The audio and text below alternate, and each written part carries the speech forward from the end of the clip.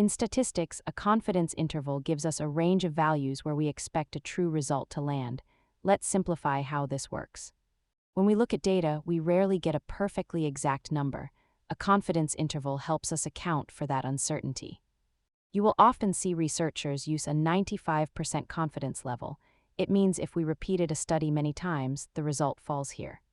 A confidence interval is built using three parts: your best estimate, a margin of error, and a chosen level of certainty. The width of the interval is a trade-off. Narrower ranges are more precise but come with a higher risk of missing the true value. As your sample size grows, the margin of error typically shrinks, leading to a tighter and more useful confidence interval for decision-making.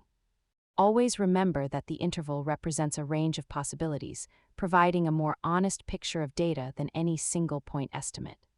Understanding confidence intervals helps you read reports with a more critical eye.